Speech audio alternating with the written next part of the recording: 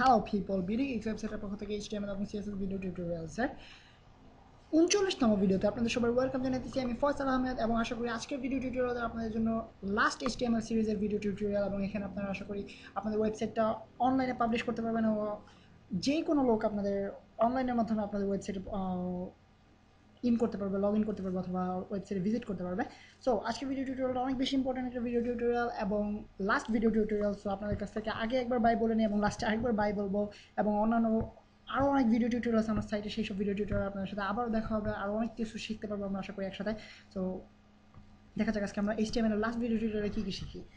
Last video টিউটোরিয়ালগুলোতে আমরা form সম্পর্কে শিখেছিলাম এবং বাটন সম্পর্কে শিখেছিলাম। সো একটা নর্মাল ফর্ম ক্রিয়েট করি আমরা প্রথমে। ফর্ম, আপনারা সবাই নিশ্চয়ই ফেসবুকের সাথে পরিচিত। সো আমরা ফেসবুক টাইপের একটা ফর্ম ক্রিয়েট করি। সো ফেসবুকে আপনারা খেয়াল করে থাকবেন যে আমাদেরকে ইউজার নেম দিতে হয়, পাসওয়ার্ড দিতে হয়, দেন আমরা লগ ইন করতে পারি। সো আজকে আমরা দেখবো কীভাবে আমরা ইউজার নেম পাসওয়ার্ড ইউজ করে আমরা আমাদের ইউজারকে লগ ইন করাতে পারি আমাদের সাইটে। সো দেখা যাক কীভাবে তৈরি করা। প্রথমে আমরা দেখবো টেক্সট, এগুলো আপনাদেরকে আগেই বলা হয়েছে। সো আপনার সেই অলরেডি আইডিয়া আছে এটা সম্পর্কে, কাজগুলো কীভাবে করতে হয়। নেম, সরি,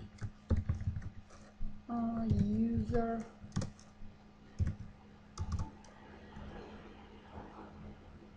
সো আপাতত এই কটাই থাকুক। সো আপনারা নিশ্চয়ই জানেন এগুলো কোনটার কাজ কি। আই মিন এই জিনিসটা আমাদের জাস্ট ওয়েবে প্রোগ্রামিংয়ের ক্ষেত্রে আমাদের কাজে লাগবে। আপাতত আমাদের HTML এর ক্ষেত্রে এটার কোনো ভ্যালিউ নেই।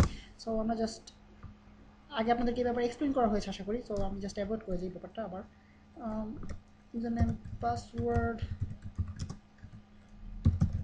ইনপুট, টাইপ, এবং পাসওয়ার্ডের ক্ষেত্রে আমার টাইপটা পাসওয়ার্ডই হয়। দেন নেম,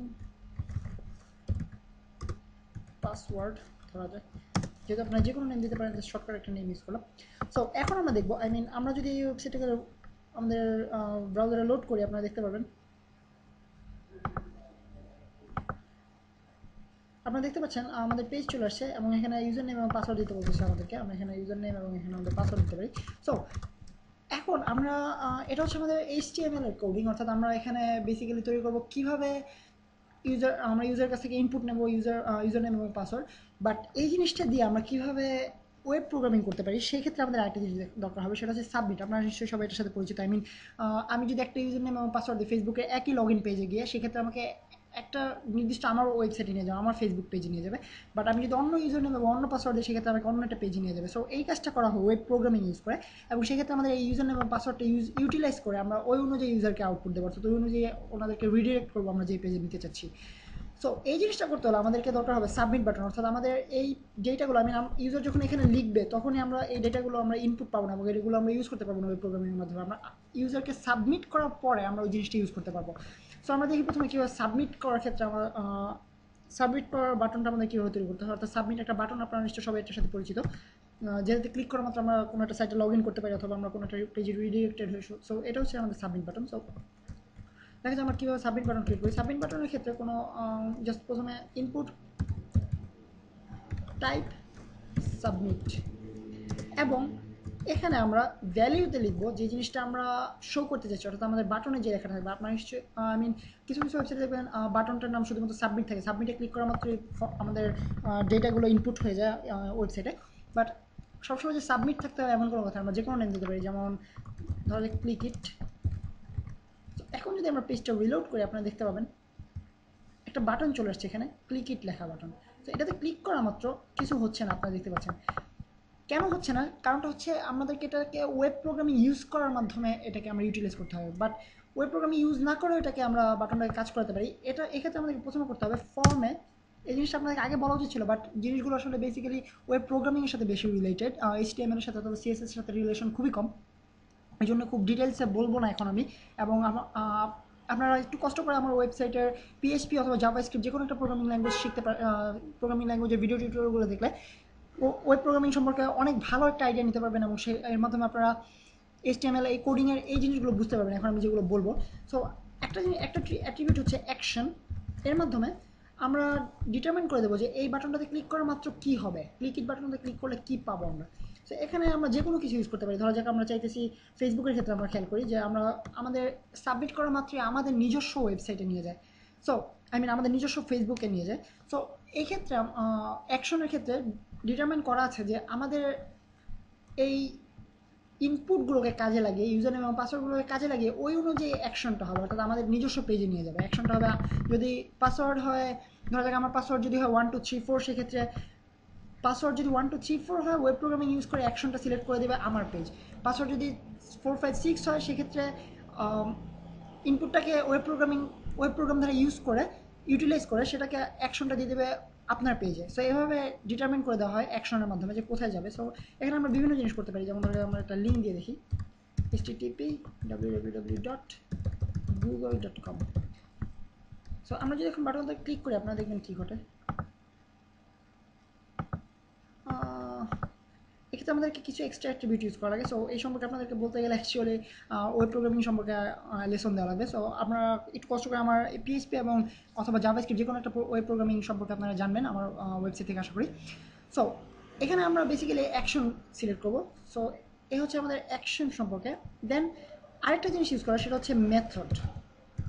এর মাধ্যমে আমরা ডিটারমিন করবো যে আমাদের ডাটাটা কীভাবে ইউজ করা হবে, অর্থাৎ আমাদের ওয়েব প্রোগ্রামটা পিএইচপি অথবা জাভাস্ক্রিপ্ট আমরা যেটা ইউজ করে থাকি সেটার মাধ্যমে কীভাবে ইউটিলাইজ করবে আমাদের এই ডেটাগুলো। সো এখানে দুই ধরনের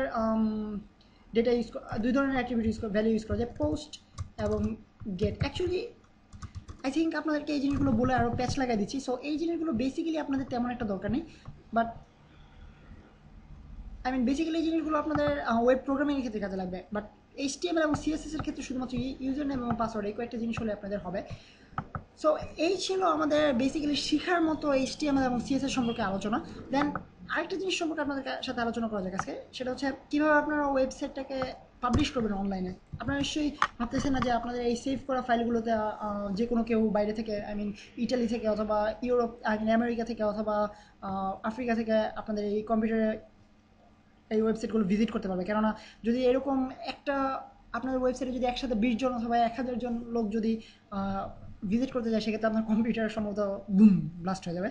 সো আমাদেরকে যেটা করতে হবে সেটা হচ্ছে সার্ভারে আপলোড করতে হবে, ওয়েব সার্ভার। সো আমরা জানি যে আপনারা যারা কিছুটা হলে পরিচিত ওয়েব সার্ভার ব্যাপারটার সাথে, তারা নিশ্চয়ই জানেন যে অনলাইনে অনেক চিপ দামে, আই মিন অনেক কম দামে আপনারা ওয়েব হোস্টিং কিনতে পারবেন। সেক্ষেত্রে আমি আপনাদেরকে একটা দেখিয়ে দিই যে এক্সট্রিম হোস্টে আমি একটা ফ্রি অ্যাকাউন্ট খুলে রেখেছি, এখানে আপনারা সাইন আপ করতে পারেন। সো এক্সট্রিম হোস্টে আমি বেসিক্যালি ফ্রি একটা অ্যাকাউন্ট করেছি, সরি। সো এখানে আপনারা টাকা দিয়ে কিনতে পারেন, আই মিন আপনাদের ডোমেন কিনতে পারেন। ডোমেনের ক্ষেত্রে আপনারা আপনাদের নিজস্ব নাম দিতে পারেন, কিন্তু সেক্ষেত্রে বেশিরভাগ ডোমেন অলরেডি হয়তো বা দখল করে ফেলেছে অন্য কেউ, সেক্ষেত্রে আপনি এটা পাবেন না, আপনাদের অন্য বিভিন্ন নাম সিলেক্ট করতে হবে। তো আপনারা আপনাদের পছন্দ মতো ডোমেন নাম সিলেক্ট করতে পারেন এবং আপনারা ওয়েব হোস্টিং কিনতে পারেন।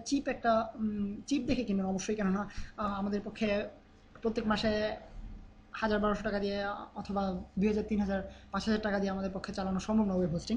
তো আমরা চেষ্টা করবো কম দামের মধ্যে 1000 টাকা দামের মধ্যে আমরা কিনতে ওয়েব হোস্টিং। সো সেক্ষেত্রে আপনারা বিভিন্ন ধরনের গুগলকে ইউজ করতে পারেন। জাস্ট চিপ হোস্টিং দিয়ে সার্চ দিলে আপনাদের অনেকগুলো চলে এসে আপনাদেরকে দেখাতে পারে চিপ ওয়েব হোস্টিং।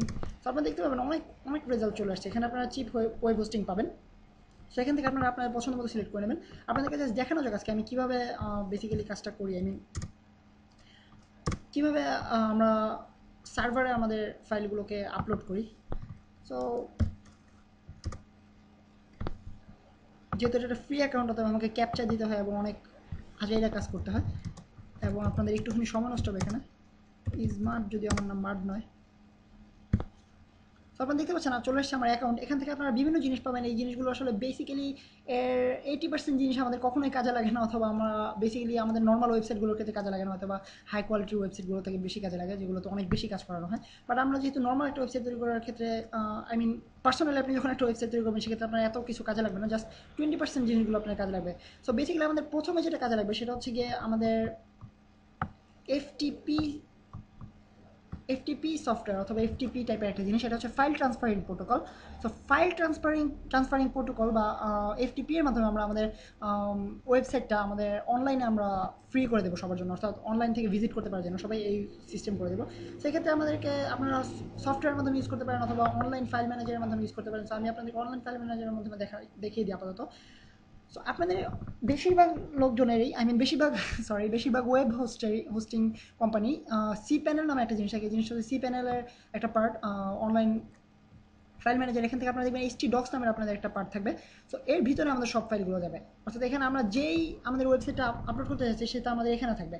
এবং আপনাদেরকে অবশ্যই অবশ্যই অবশ্যই মনে রাখতে হবে যে আমাদের অবশ্যই হোম পেজটার নাম থাকতে হবে index.html। কেননা যখন আমরা আমাদের ধরা যাক আমার ওয়েবসাইটটার অ্যাড্রেস হচ্ছে গিয়ে, যেটা আমি ফ্রি অ্যাকাউন্ট করেছি, ফ্রি ডোমেন নিয়েছি, সেটার অ্যাকাউন্ট হচ্ছে গিয়ে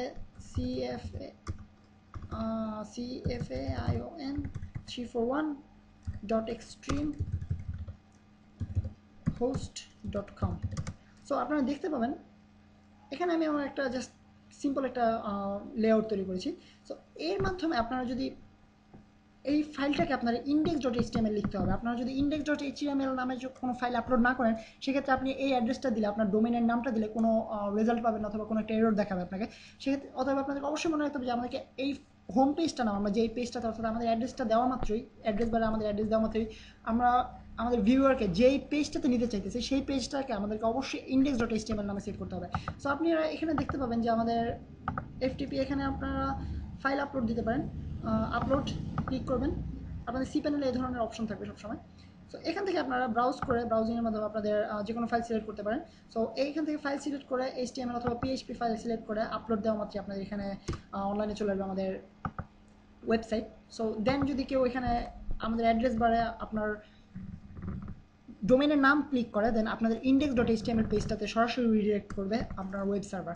সো HTML ভিডিও টিউটোরিয়ালসগুলো আজকে আমি এখানেই সমাপ্ত করতেছি, এবং আরও অনেক কুল সব ওয়েবসাইট অথবা কুল সব ওয়েব প্রোগ্রামিং অথবা কম্পিউটার প্রোগ্রামিং সম্পর্কে ভিডিও টিউটোরিয়ালগুলোতে আপনার সাথে আবারও দেখা হবে আশা করতেছি। এবং আপনারা আমার ওয়েবসাইটের ভিডিও টিউটোরিয়ালগুলো দেখবেন এবং আশা করি আপনাদের কাছে খুবই ভালো লাগবে, আপনারা কিছু না কিছু হলেও শিখতে পারবেন। সো আজকের মতো এবং সম্ভবত HTML ভিডিও টিউটোরিয়াল থেকে চিরকালের মতো আমি বিদায় নিচ্ছি। Faisal Ahmed from BDX।